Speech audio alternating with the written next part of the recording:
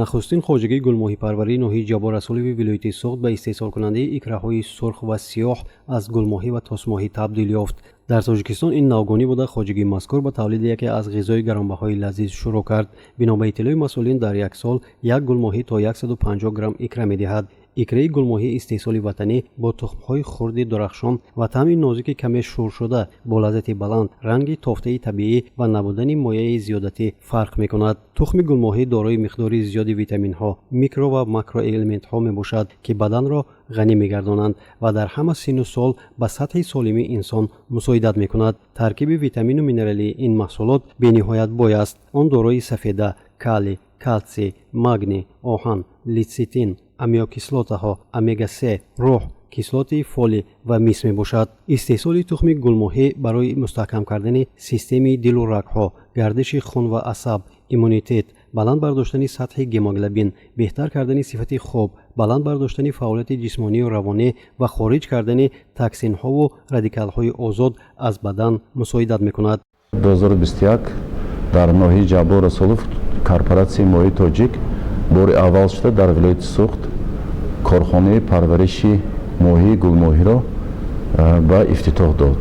ҳоло як сол мешавад ки мо фаъолият бурда истодаем. иқтидори корхонаи мо дар як сол тахмин 80 тонн мебошад.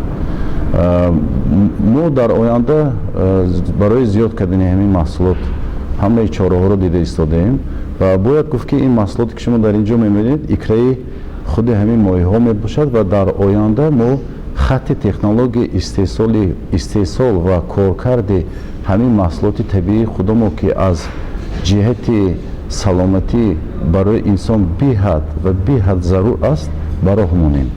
корхона дар оянда сармашқи кори худ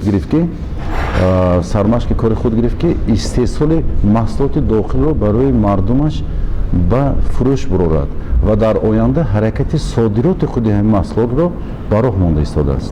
гулмоҳӣ ва тосмоҳӣ дар кӯлҳои сунъӣ пӯшида бо ғизои хушсифати хориҷӣ парвариш карда мешаванд. равандҳои автоматӣ имкон медиҳад ки тамоми даври афзоиш аз тухм то моҳӣ назорат карда шавад. иқтидори истеҳсолии ферма дар як сол то 80 тонна моҳии хушсифат мебошад. ҷолибон аст ки дар замонҳои қадим тосмоҳиро моҳии сурх мегуфтанд, на аз рӯи ранги гӯшт, балки аз рӯи хушбӯй будани он.